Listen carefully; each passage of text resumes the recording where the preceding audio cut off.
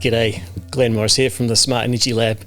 And today's a different kind of Tech Talk. Tech Talk 152. Yeah, it's quite a lot. And I'm here with Karolina. Hello, Karolina. Hello, Glenn. Thanks for having me. We've had a kind of a little practice session of what we're going to talk about, which is, you tell me. It's breathwork. Breathwork, that's right. So I'm feeling very chilled at the moment, having just done a session with Karolina. So if I kind of speak real slow, that's why.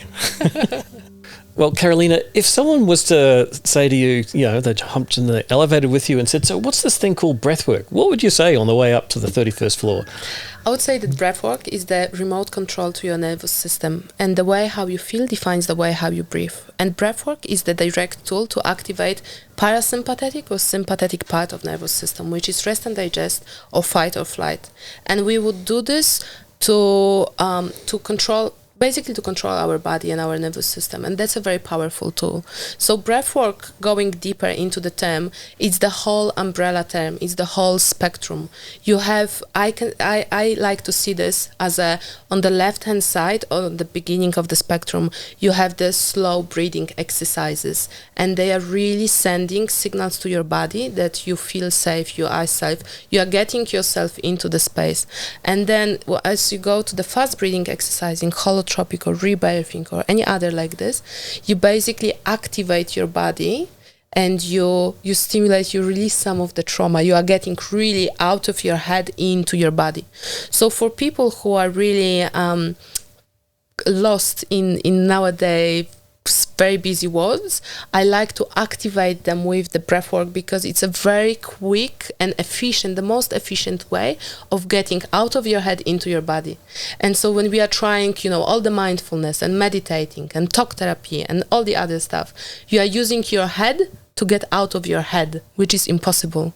But breathwork is the tool that you are using your breath to get out of your head.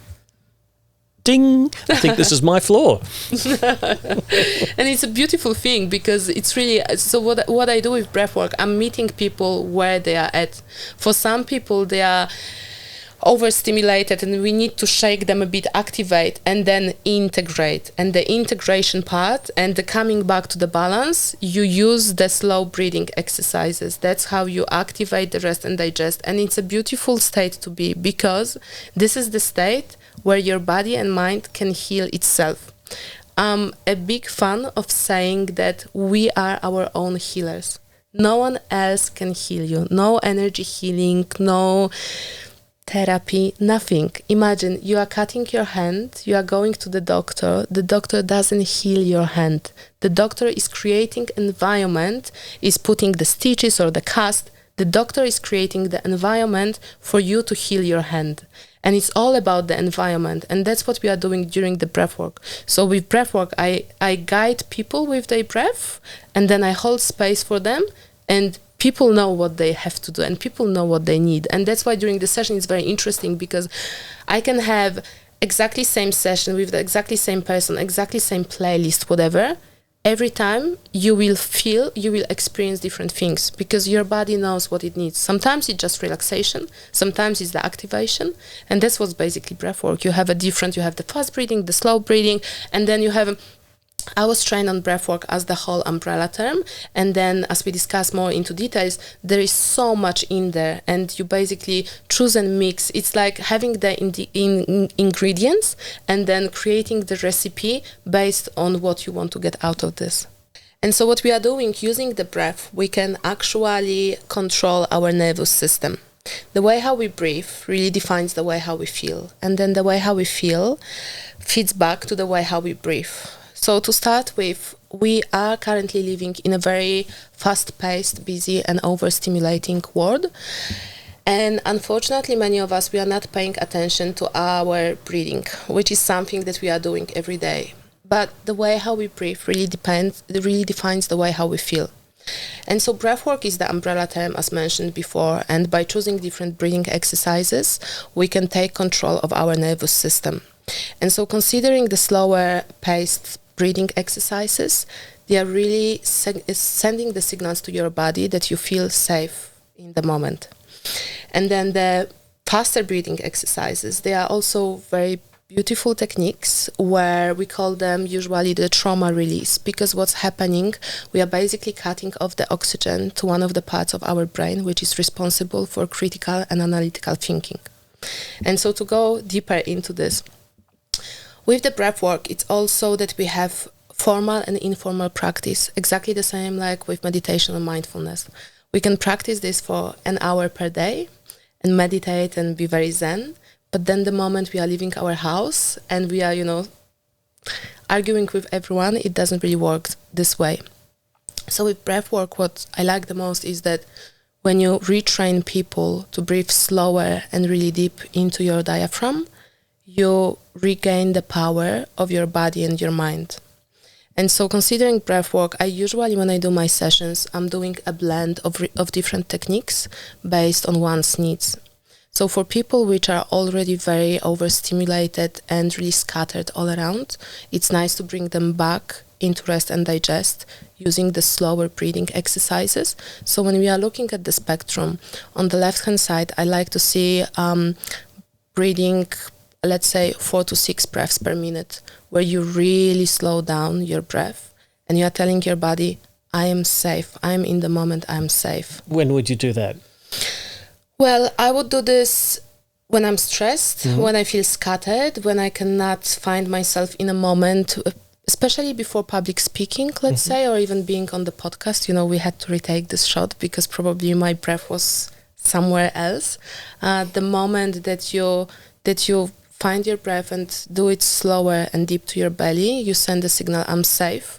And that really clears your mind and you can think in a broader way, basically.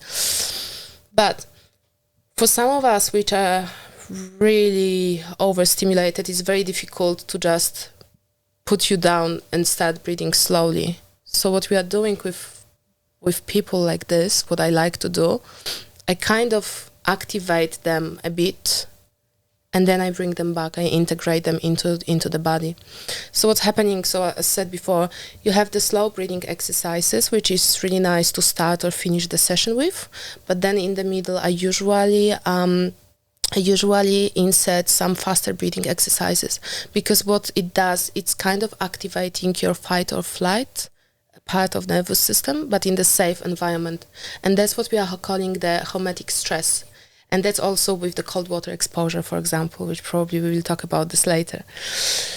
What you are doing, you are training your body and your mind that you are safe, that you can control of this. And so I like to see it as almost also a kind of spectrum where you have a balance in the middle, and then you have this kind of field where you can be disposed into some of the stressors, but still you can come back to your homeostasis.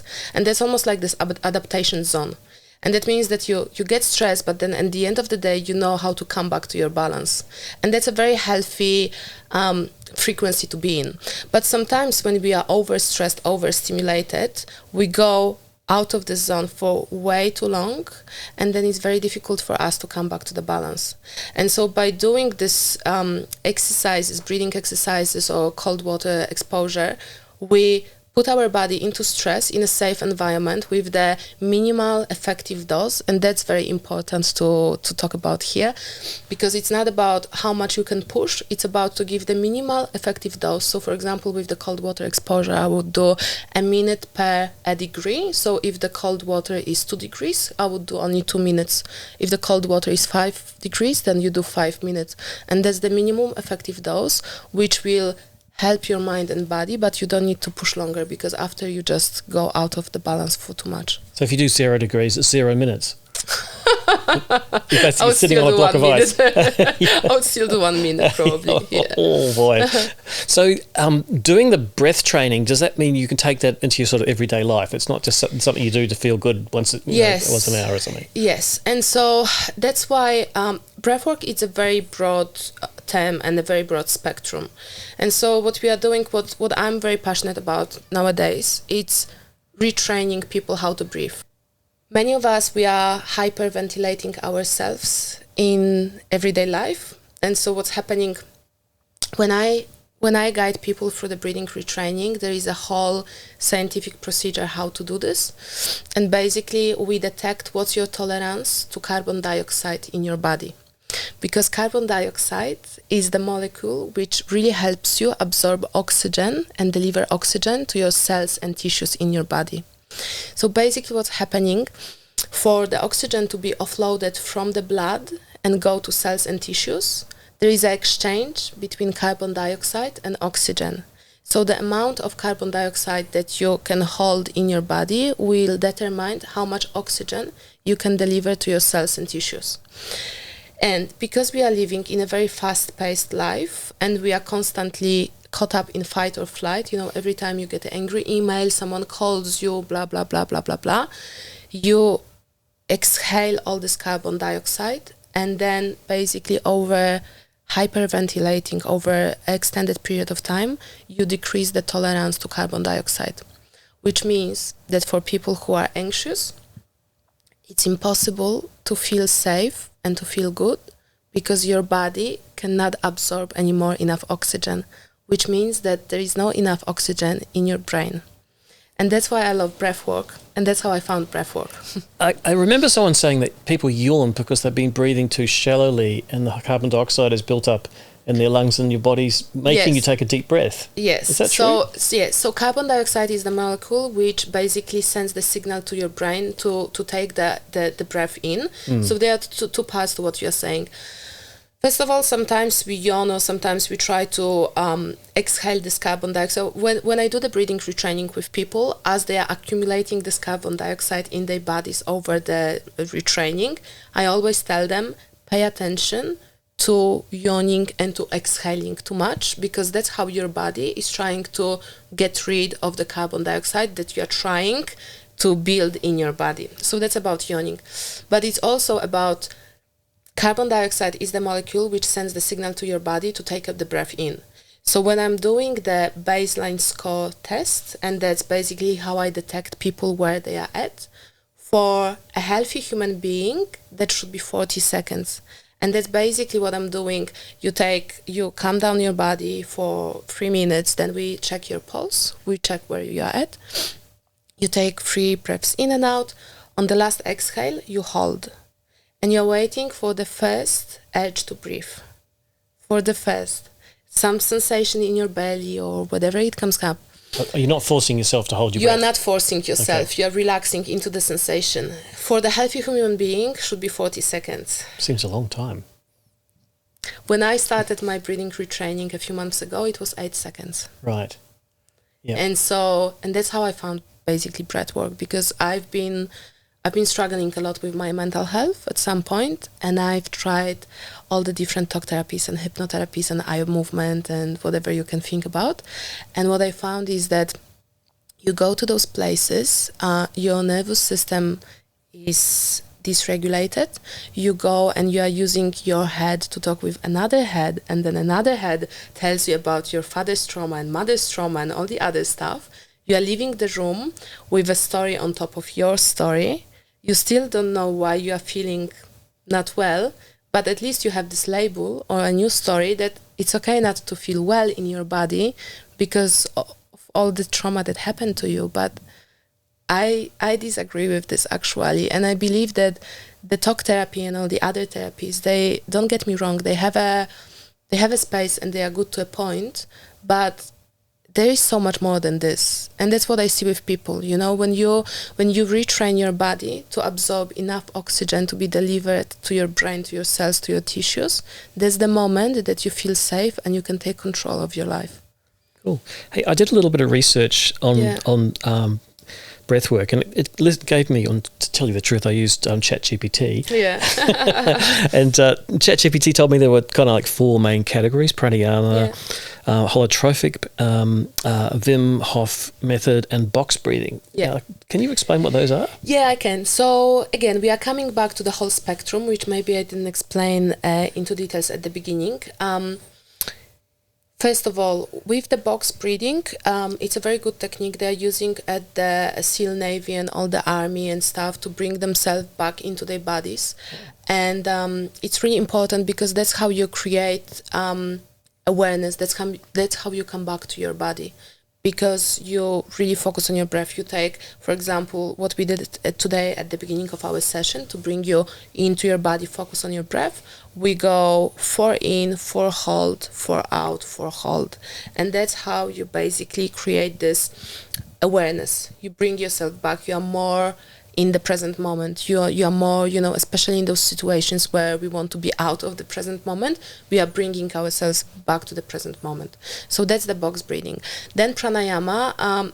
Pranayama, it's a part of the whole breathwork spectrum, and it's more, you have also the slow and the fast breathing, but it's all about, pranayama is well known in yoga space, because breathwork, it's not something new. I think I remember doing pranayama where you sort of breathe in one nostril and out the other. Yes, breathwork has been known for forever.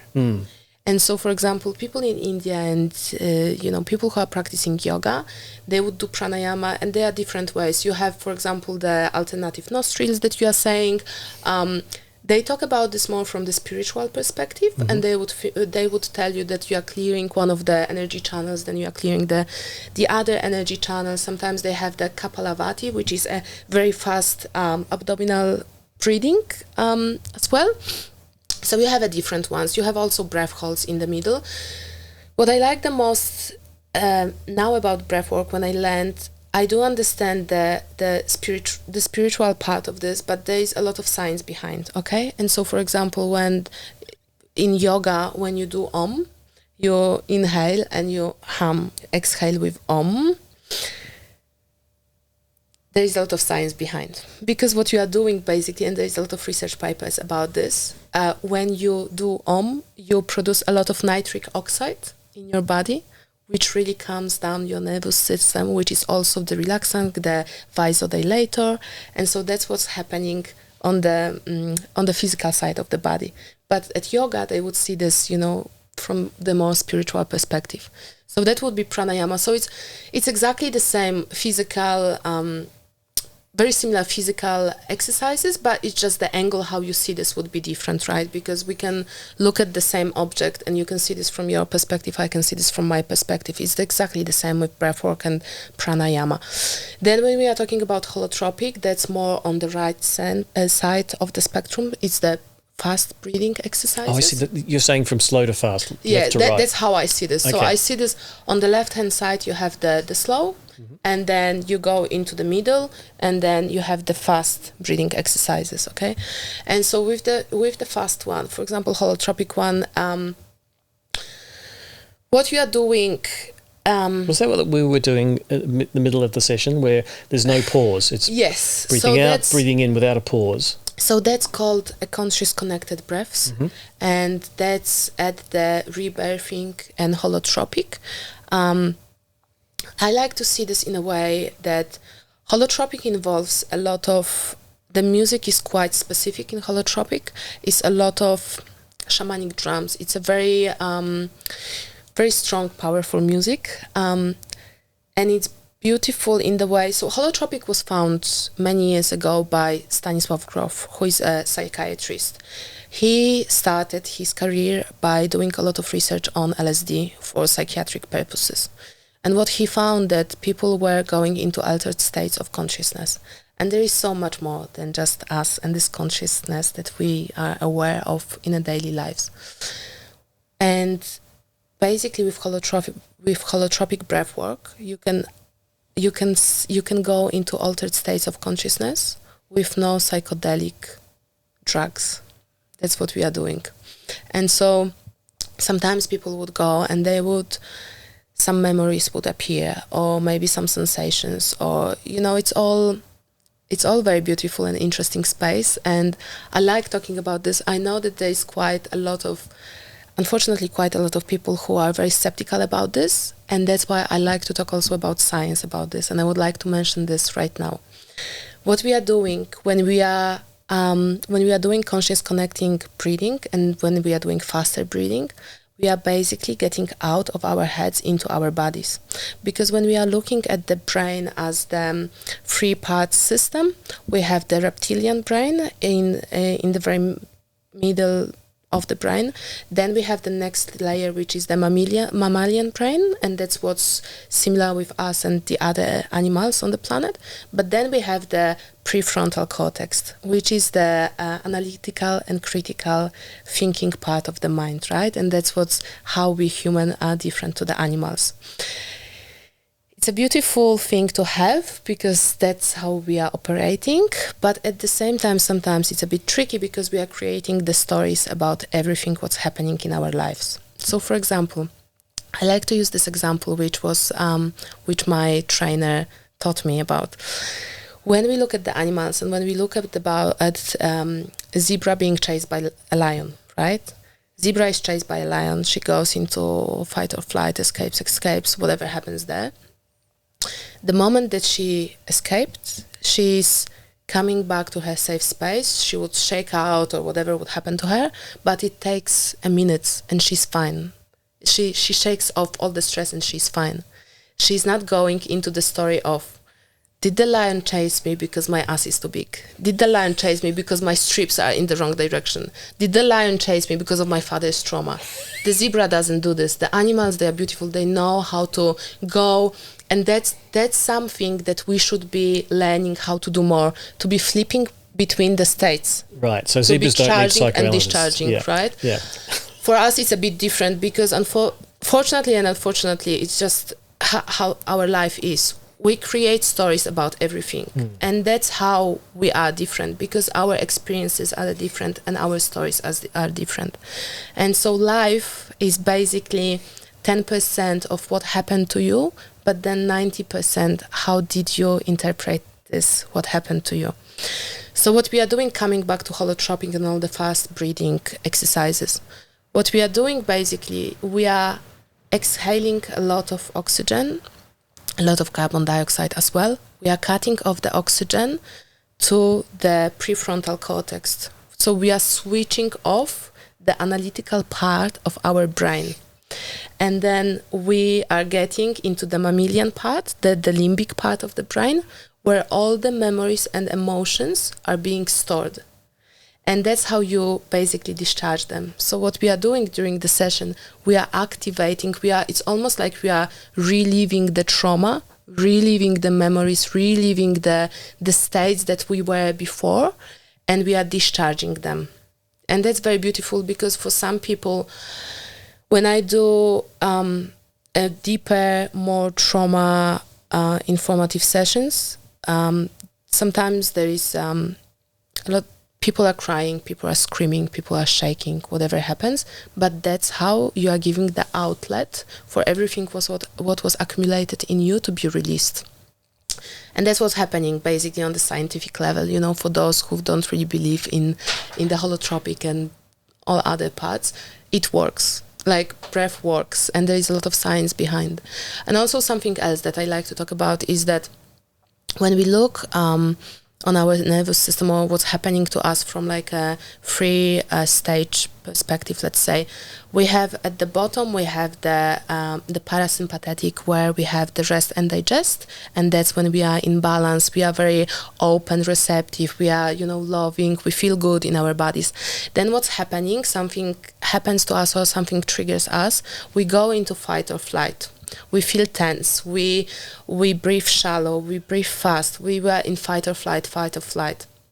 Now if we are staying in fight or flight for too long, our body, it's a beautiful tool which wants to protect you and is doing everything for you to survive, to be more energy efficient. It's going to the next stage, which is the dissociation state.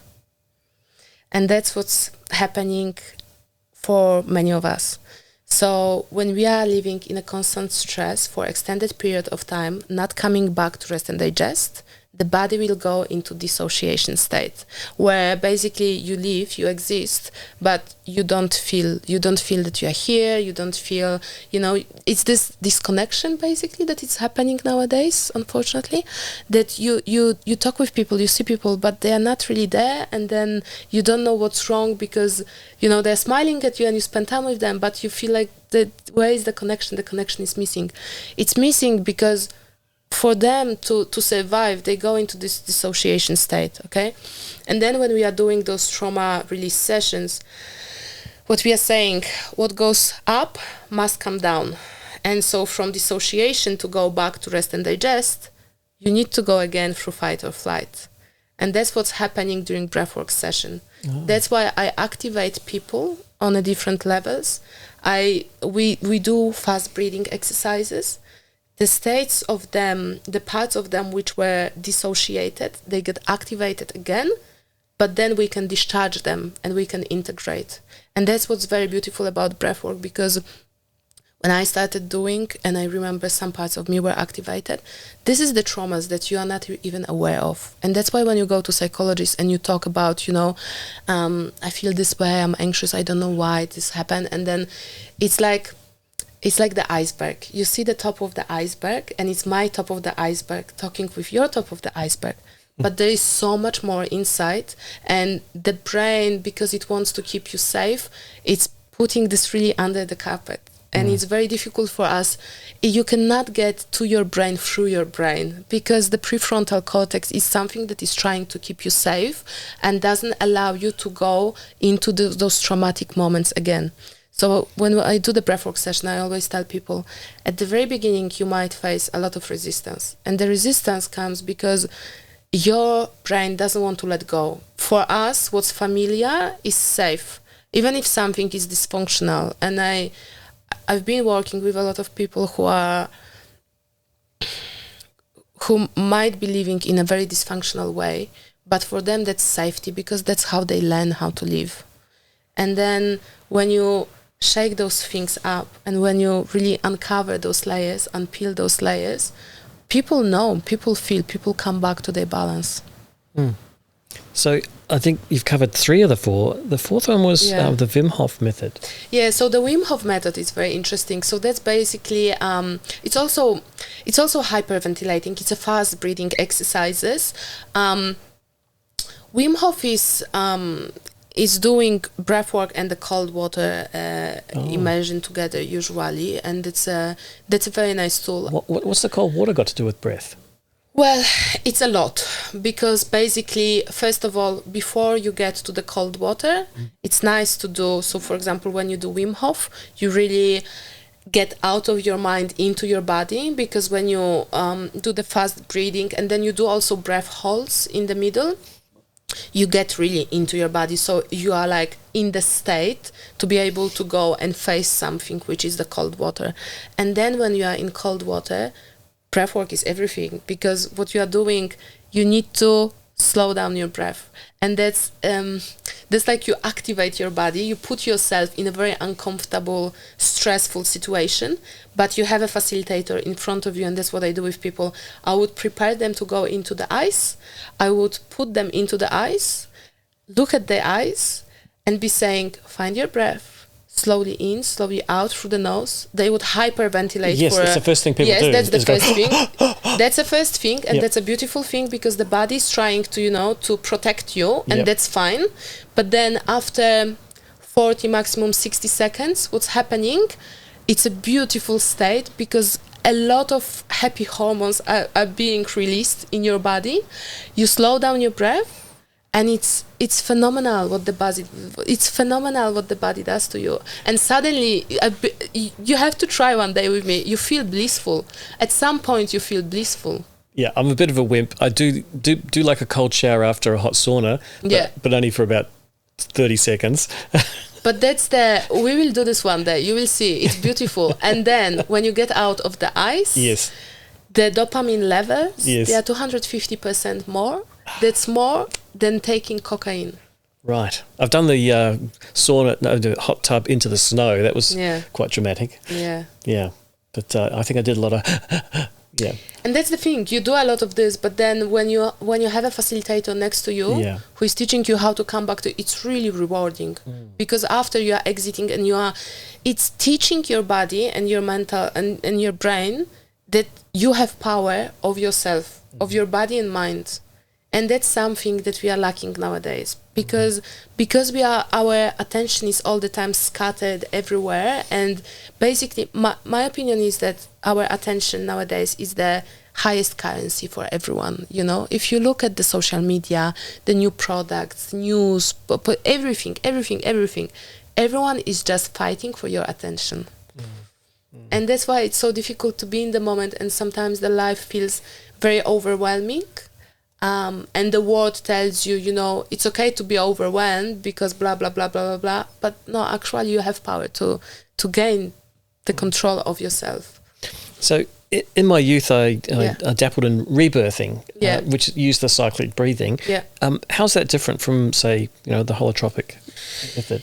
My understanding and my experience with holotropic and rebirthing, the biggest difference that I realized, first of all, is music. The music is different. Holotropic is much more intense. But also the fact that in holotropic, there is no physical touch.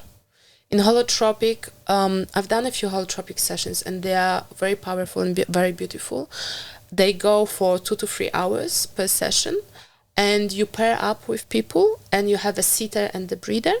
The breather lays down on the mattress and is conscious connected breathing.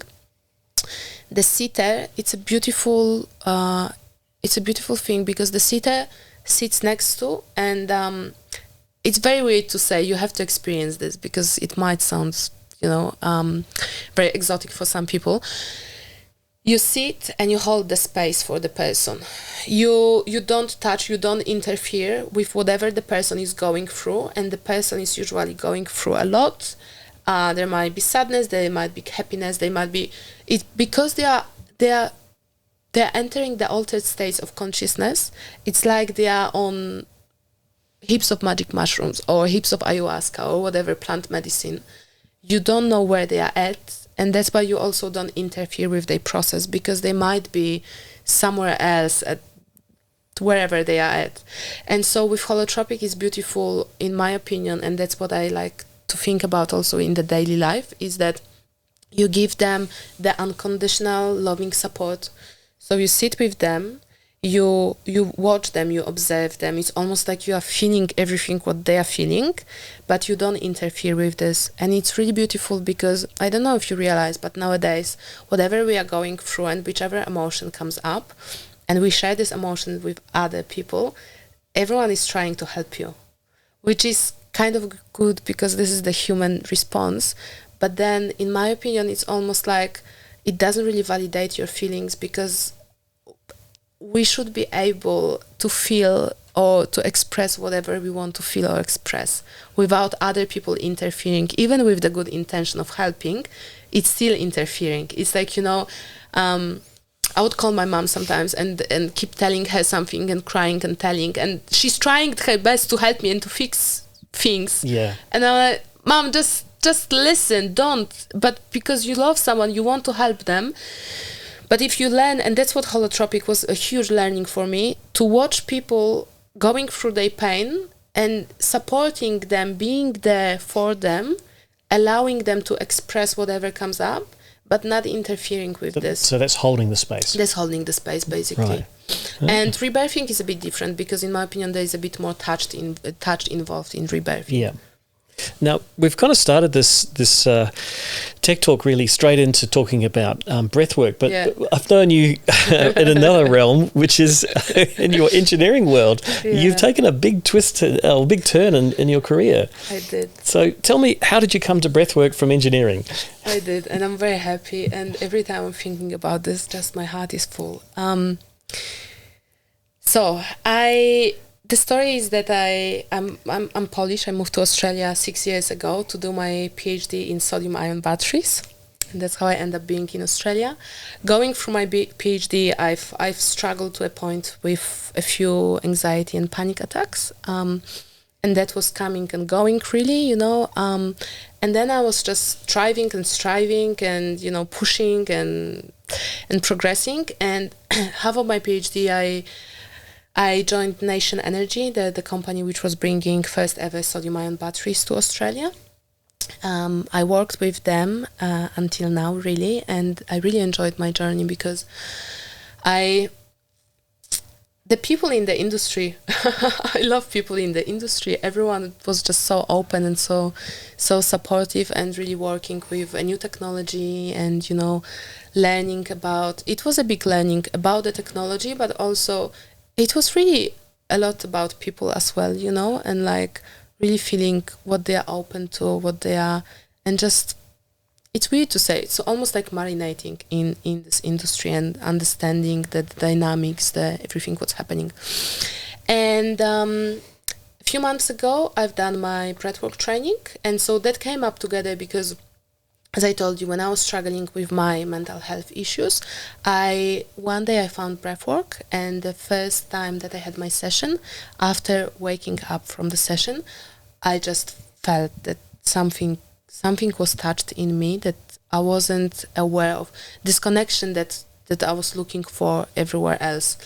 And then I started doing more and more breathwork for my own benefit, and I ended up doing this big training in Snowy Mountains with Johannes, and that's very interesting because he spent a lot of time with Wim Hof. He's from Netherlands, and now he's quite big in Australia. He's been traveling the whole world and learning about different breathwork modalities and techniques, and that's why now I'm trained in all of them, not only in one, because that's how he was teaching us. So the first part of the training, we had like 6 months online components where we had really a lot about the theory of the of brain or nervous system, hormones, trauma, and, you know, everything else. And then I spent 4 days in Snowy Mountains, being really immersed in the whole experience and training with and on other people. Right. Yeah, and so when I came back from the training, I was just full on. I was really excited about everything. And I remember I would still go for, you know, Sia Victoria and stuff a few months ago. And I would be just telling everyone about breathwork and, you know, my God, this is what happened. And messaging Awais on the group and saying, we have to do the women's circle. This is amazing when you put, you know, women together, and really it's phenomenal. Glenn, it's phenomenal. What's happening when you get into human, it's phenomenal. So I've been like really full on talking to everyone about this, and then I realized that more and more people were messaging me and just asking, you know, so how does it work? Can I work with you? Can I do the session with you? Can you help me with this? And just, you know, 101 talking with people. And then I realized, well, I did the training for myself, but it looks like I can help also other people, and people want this and need this, and it gives me a lot of pleasure helping other people. So at the beginning, the plan was that next year, and I told Tom, I said, next year I'm going part-time Nation Energy, part-time I'm doing my own breathwork business. And Tom was always very supportive, and he said, yeah, that's fine. Let's see who's gonna pay you for breathing, but that's fine. You do you. That's what he told me. He said, that's okay, you do you. He was always very supportive and very open. He was never, and I wanted always to be very transparent with people, and, you know, telling them I'm not gonna be with you forever doing so, don't, you know, I do my best, but then at some point I'm leaving. And then one day I came to the point, I had my own I'm still receiving a lot of breathwork, because what's very important in this space is that for me to regulate other people, I need to be well regulated, because if I'm dysregulated, I'm not going to help anyone else. So I'm doing also a lot of breathwork exercises, and once in a month, once in 3 months, I'm doing the very deep blend of the holotropic rebirthing with my trainer. And I think a month ago he came to Geelong, and I had a very, very big session with him. And then I was struggling to integrate for a few days. And after that, I realized it was crazy. I basically locked myself down in my house, took sick leave, didn't talk with anyone. And I could feel I need to leave and like do breath work for other people, with other people. But, you know, my head was very loud and was telling me that doesn't make any sense. I'm halfway through the solar and battery accreditation with the new energy training. You graduated. No, I mean, I graduated one part, but I'm still halfway of the designer, you know, okay. and like all the other stuff, slowly entering to DPA, who was bought by ICM. And I was like, it doesn't make sense. I shouldn't be doing this. But then I have to say this. I had lunch with Sophie Wright, and I think she subconsciously sensed that something is wrong, and she asked me, how are you? And I said, yeah, I'm good. And she said, no, how are you? And I just started crying, and slowly we unpacked everything, and she was really, her and Costa from Solar Cutters, two people that I spoke a lot going through this transition. Costa was also very supportive, and he said, well, someone has to do this. I was like, okay, it's gonna be me, that's fine. Yeah, so I left the all the other things that I was doing with Nation Energy, with DPA. Everyone was very supportive and very helpful, and Richard from DPA, Tom from Nation Energy, they said, you have our full support and we want to work with you, and we work, you know, DPA to have sessions with you, and we want you to educate us how to take control of our nervous system.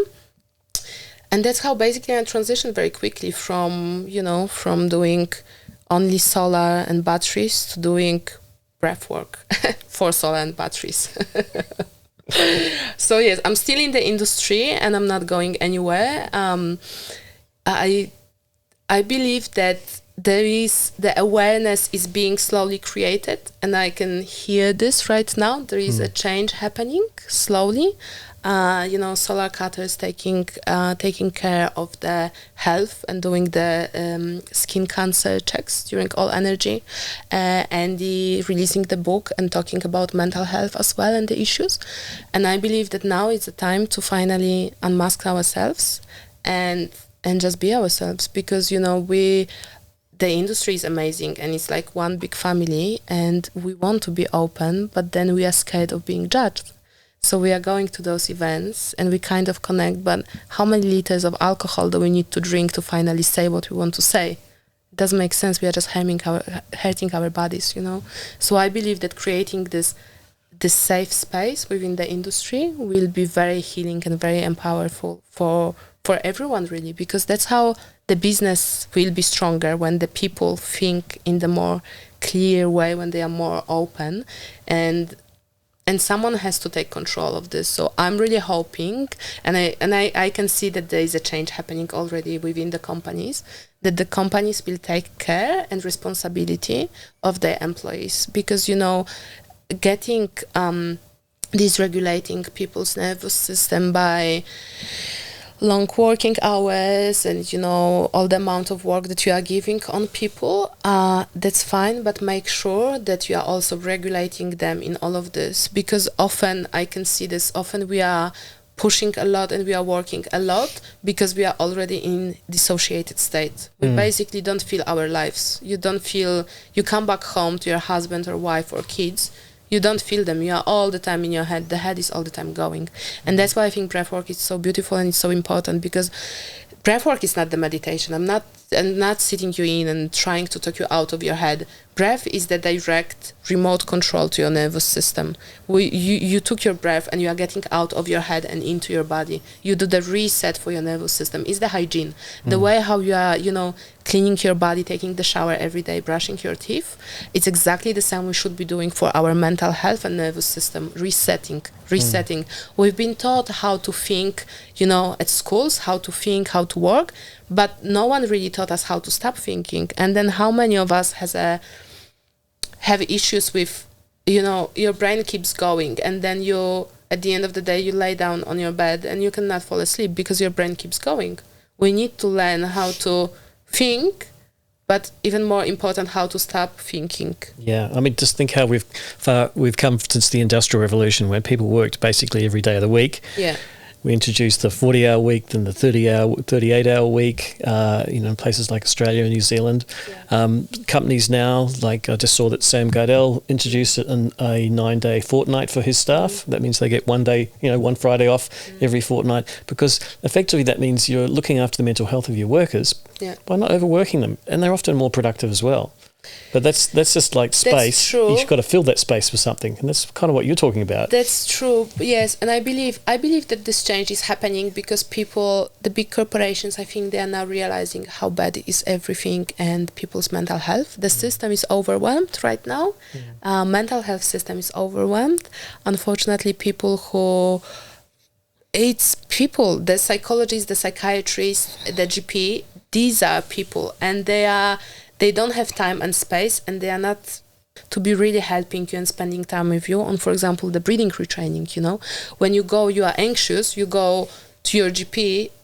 Does she or he is checking your breathing patterns? Do you breathe shallow? Do you breathe deep? Do you breathe fast? Do you breathe slow? No one is doing this. They just prescribe to you, medications. Yeah. And that's it. Yeah. And that's a quick fix. And we keep striving for the quick fix. Now, speaking of the medical side, before I did my session with you, you sent me an online document, and it listed some sort of conditions that I'd have to identify. Are there some things that you shouldn't, some conditions you would preclude you from doing breath work? Well, it's not that they preclude. It's about, depending on which conditions you have, I would give you a different session. Oh, I see. It's more about this, okay? Because if someone has, for example, had a history of heart attacks or, things like this, I wouldn't put you straight away on fast breathing holotropic, because that could be a too big stressor on your body. So it's more about understanding where you are at. Are you on medications? Did you have, epilepsy, asthma attacks? And breathwork is for everyone. It's just that for every single person, and that's why it's very important to understand breathwork as the whole spectrum. And when people ask what's breathwork, it's complex to explain because there's so much into breathwork, but it's very important to meet people where they are at. Because for example, with the trauma-informed breathwork sessions, sometimes I'm getting calls from people who are already releasing a lot of trauma. For example, they're remembering being molested by someone in the past and things like this. And they're calling me and they're saying, I really want to have breakthrough session with you. And it's, no, not really, because you are already releasing this trauma. I can help you to integrate and to down-regulate you and to integrate all the trauma that is being released. But if someone is, for example, living in this dissociation state right now, then I have to activate them with the more trauma releasing sessions and then integrate. And it's not even about people, but it's also about where they are at their lives. Speaking of trauma, I'm getting cross-leg trauma. Just going to straighten my leg a little bit here. the blood's gone out of my leg. This is fascinating. Now, we did a one-on-one session. And it was very beautiful down by our dam with the sun on me and the wind and little ants crawling across me occasionally. That was kind of cute. But do you also do it in groups, I see? I do in groups, I do in groups, and again, it really depends what people want. I do in groups big trauma release sessions sometimes, but I do also in groups what I'm aiming to bring into the industry. It's also the educational component, and I'm hoping to be working with solar cutters and some other networking events and roadshows. I believe that teaching people about breathing is very important, because when you create the awareness of your breath, it will help you to feel better in your body. And so for the group sessions, I offer the educational components, and that will be for the corporations, for the companies, for the industry events. I also do breath flows, which are a bit more gentle than the one that we did today, because that's more, you go deeper. For the industry or the corporate, I'm not doing the deep trauma release, because everyone is at the different stage of their life, and I always try to meet people where they are at. But yes, I do group sessions as well. Cool.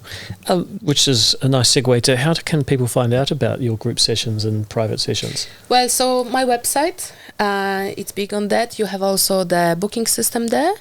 and you can easily book with me. But LinkedIn. Yep. It would be mainly LinkedIn, also Facebook. I am not on Instagram. I'm actually against Instagram.